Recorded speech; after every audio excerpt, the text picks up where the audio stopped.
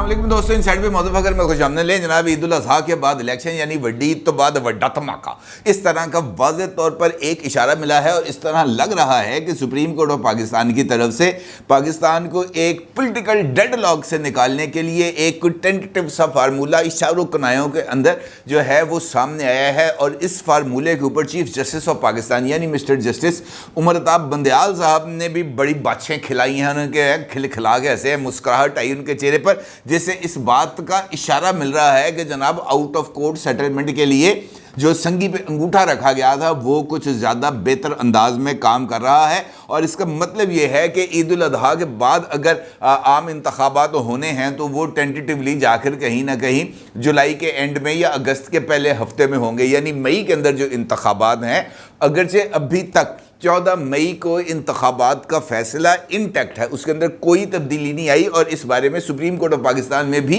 वाज़ेह तौर पर जिक्र किया गया है। जस्टिस मुनीब अख्तर ने तो जानबूझकर इस एक नुक्ते के ऊपर बात की कि जनाब 14 मई का तारीख जी हले तक तय है, जिस पर फाजिल chief justice mister justice Umar Atab Bandial साहब ने भी इशारा दिया कि अभी तक हमारे पास कोई दरख्वास्त नहीं आई जिसने ये 14 मई के इंतखाबात की तारीख को चैलेंज किया गया हो। यानी अगर ये दरख्वास्त आ जाएगी तो फिर देख लेंगे अदा की करना की नहीं करना, लेकिन उससे पहले आज शाम 4 बजे तक सियासी जमातों ने आगाह करना है फाजिल चीफ जस्टिस ऑफ पाकिस्तान की सरबराही में कायम होने वाले 3 रुकनी बेंच में कि जनाब उन्होंने क्या करना है। अब ये जो सिचुएशन जिसका मैंने आपके साथ जिक्र किया है ईद उल अज़हा के हवाले से, तो आज तो इनफैक्ट सियासी बयानबाजी का दिन था सुप्रीम कोर्ट में, इसके अंदर तो कोई दो राय नहीं है, क्योंकि हुक्मरान इत्तेहाद की तरफ से भी उनकी जो पॉलिटिकल लीडरशिप है वो वहाँ पर मौजूद थी। ख्वाजा साद रफ़ीक मौजूद थे, सरदार अयाज सादिक मौजूद थे, आज़म नज़ीर तारड़ साहब मौजूद थे, पीपल्स पार्टी की तरफ से कमर ज़मान कायरा साहब मौजूद थे, पाकिस्तान तहरीक इंसाफ की तरफ से फवाद चौधरी साहब मौजूद थे, शाह महमूद कुरैशी साहब मौजूद थे, मुस्लिम लीग काफ की तरफ से तारिक बशीर चीमा साहब मौजूद थे। यानी कि हर एक जो जमात है, शेख रशीद साहब मौजूद थे, सिराजुल हक साहब मौजूद थे, यानी वहाँ पर एक अच्छी खासी तादाद मौजूद थी पॉलिटिकल लीडर्स की। और बताया वाज़ेह तौर पर अदालत के अंदर ये भी बताया गया कि जनाब हम अपनी टॉप लीडरशिप के हदायत के ऊपर आए हैं यहाँ पर, यानी उन्होंने ये बात अपनी हाजिरी की जिम्मेदारी खुद नहीं ली। और ख़ासतौर पर इस हवाले से सवाल इमरान खान साहब की जमात से हुआ तो शाह महमूद कुरैशी ने कहा वाज़ेह अंदाज में सुप्रीम कोर्ट में कि जनाब हम इमरान खान साहब के हुक्म पर आए हैं आपके सामने। शाह साहब सियाने आदमी हैं, वो हर एक चीज़ अपने ज़िम्मे नहीं लेते, क्योंकि वहाँ पर एक मौके पर यह बात का भी कुछ सरगोशियों के अंदर जिक्र हो रहा था सुप्रीम कोर्ट में कि जनाब हम तो जो बात कहेंगे उस पर पैरा देंगे, लेकिन जो पाकिस्तान तहरीक इंसाफ की तरफ से बात होगी उसकी जिम्मेदारी कौन लेगा। शाह महमूद कुरैशी साहब तो जिम्मेदारी नहीं लेंगे, फवाद चौधरी साहब तो जिम्मेदारी नहीं लेंगे, क्योंकि फौरी तौर पर इमरान खान साहब जो है वो तो किसी भी बात के ऊपर कायम नहीं रहते। तो फिर उस मौके पर सरगोशियों के अंदर जब ये बात हुई तो किसी ने वहाँ से गुफ्तगू के दौरान ये जुमला उछाल दिया, उन्होंने कहा जनाब चीफ जस्टिस साहब लेंगे जिम्मेदारी इमरान खान की। तो उस पर ये बात जब सामने आई तो एकदम ज़रा कहका निकल गया, वहाँ पे हंसी का ज़रा थोड़ा सा एक माहौल बन गया, जिस पर कहा गया कि जनाब ये बात सुप्रीम कोर्ट में हो रही है, इतने को बंदा अगे पीछे नहीं कर सकता। यानी सुप्रीम कोर्ट ने इस बारे में इशारा दिया कि इमरान खान की जिम्मेदारी साड़ी, तो ज़्यादा तो परेशान नहीं होना। इसका मतलब यह है कि बात कुछ आगे बढ़ी है। अब ये यकीनी तौर पर आप जानना चाहेंगे कि ये ईद उल अज़हा वाली सिचुएशन कैसे डेवलप हुई। ये मैं ज़रा आपको थोड़ी सी अदालत के अंदर की एक सिचुएशन आपके सामने बताता हूँ, क्योंकि इसके बाद बहुत सारी कड़ियाँ हैं जो आपस में आपको जुड़ती हुई नजर आएंगी। और समात के बाद एक अहम तरीन मुलाकात भी हुई है, कानों के अंदर जफियाँ डाल के ना यूँ कुट के जफी भाई दो लीडर ने तो करना च गल्लां की, वो भी ज़रा मैं आपके सामने बताऊँगा, बड़ी वो भी एक इंपॉर्टेंट डेवलपमेंट है। सिराजुल हक साहब जो बुनियादी तौर पर सिराजुल हक साहब जो अमीर जमात इस्लामी हैं वो मुहर्रक साबित हुए हैं इस सारी सिचुएशन के। और सुप्रीम कोर्ट ऑफ पाकिस्तान में समात से पहले ही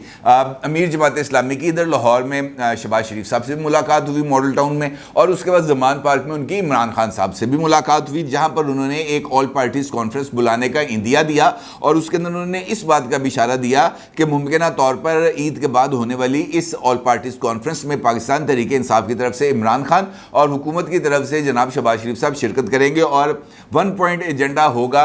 इस ऑल पार्टीज कॉन्फ्रेंस का पॉलिटिकल सेटलमेंट, यानी इंतखाबात कब कराने हैं। इसके ऊपर बातचीत होगी। अब इस APC से पहले ही ये सुप्रीम कोर्ट वाला काम शुरू हो गया और सुप्रीम कोर्ट ने भी इस बहती गंगा में हाथ धोने की कोशिश की और पंचायती फैसले के ऊपर उनका आजकल वैसे भी बड़ा फोकस है हमारी अदालत का कि वो पंचायती फैसले पर ज़्यादा रिलाई भी करते हैं और उसके लिए आइन के अंदर कोई गुंजाइश भी निकाल लेते हैं कि चलो ऐसे रास्ते दो के करके निकल चलो, दरमियान में कोई ना कोई रास्ता आएगा, उसके ऊपर हम बेंच को सड़पट भगा देंगे और मंजिल मकसूद तक पहुंच जाएगी। अब जब ये समाअत का आगाज़ होता है तो सबसे पहले चीफ जस्टिस साहब रिमार्क्स देते हैं। वो ये कहते हैं मुल्क की तमाम असम्बलियों के इंतखाबात एक साथ कराने के मामले पर जो कौम है वो इस वक्त इस्तराब में मुब्तला है। क़यादत मसला हल करे तो सुकून हो जाएगा और अदालत हुक्म दे तो पेचीदगियाँ बनती हैं, ऑर्डर्स के ऊपर अमल दरामद नहीं होता, सियासी पॉइंट स्कोरिंग शुरू हो जाती है, फैसला माना जाता है नहीं माना जाता, उसके लिए एक नई बहस का आगाज़ हो जाता है। लेकिन अगर सियासी क़यादत अफ़ाम व तफ़हीम से इस मसले को हल करने की कोशिश करेगी तब जो है इसके अंदर बरकत होगी। और समाअत के आगाज़ पर ही चीफ जस्टिस ने दुआ भी की कि मौला करीम लंबी हिकमत दे ताकि सही फैसले कर सके, हमें नेक लोगों में शामिल कर और हमारे जाने के बाद अच्छे अल्फाज में याद रखा जाए। यानी उनकी ये ख्वाहिश है, ये कोई डेवलप हो रही है उमर अताब बंदयाल साहब में, क्योंकि उनके भी अब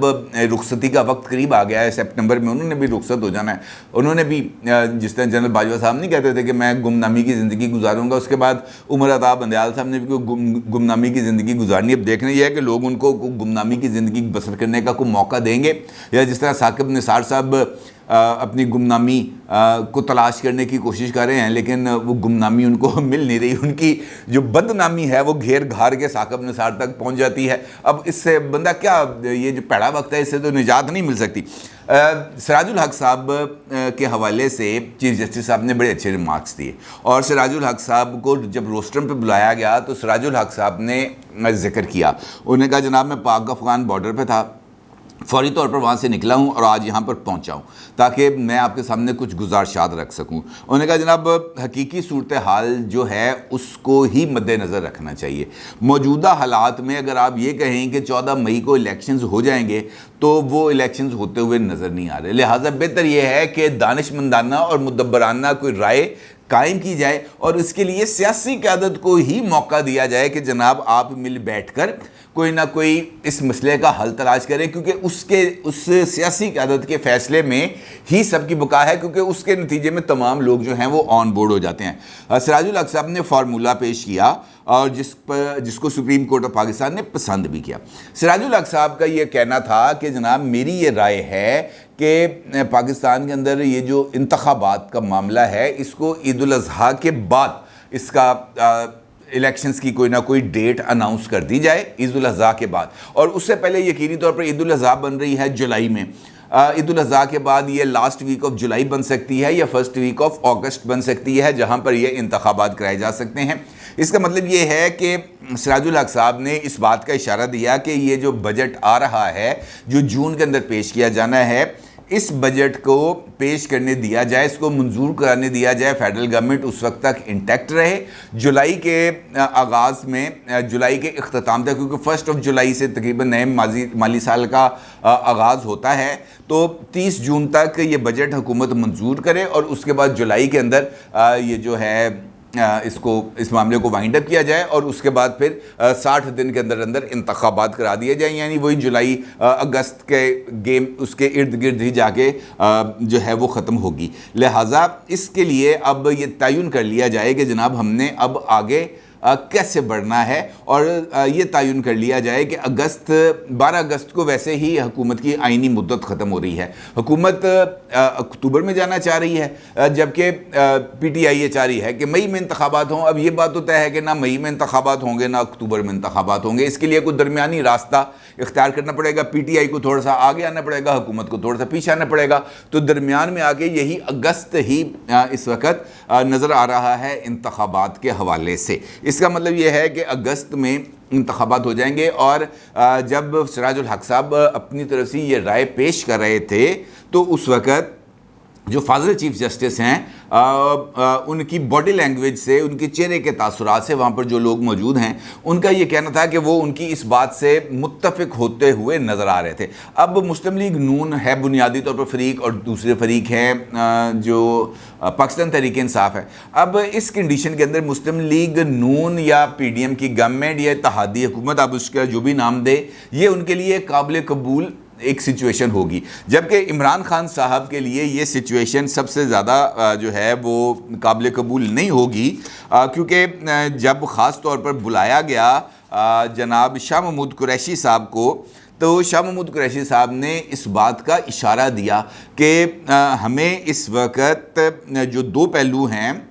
उनमें से एक ऑप्शन को की तरफ हमने जाना है। एक सियासी पहलू है और दूसरा कानूनी पहलू है। आइन 90 रोज़ के अंदर इंतखाबात की जो है वो बात करता है, और आइनी पोजीशन इस हवाले से वाज़ेह है, जिस पर फ़ारूक नाइक साहब ने कहा कि जनाब अगर ये आप 90 दिन की बात करते हैं तो 90 दिन की जो आइनी मुद्दत है वो पंजाब में भी गुजर चुकी है, वो खैबर पख्तूनख्वा में भी गुजर चुकी है। अब इससे आगे बढ़कर अब हमने देखना है कि हमने आगे कैसे चलना है। जिस पर शाह महमूद कुरैशी साहब ने जवाब दिया कि किसी की ख्वाहिश का नहीं, मैं आइन का ताबे हूँ, और सुप्रीम कोर्ट ने इंतखाबात के हवाले से फ़ैसला दिया, लेकिन अदालती फ़ैसले पर अमल दरामद में रुकावटें खड़ी की गईं। तलखी की बजाय आगे बढ़ने के लिए आए हैं, सियासी कुव्वतों ने मिलकर मुल्क को दलदल से निकालना है। अब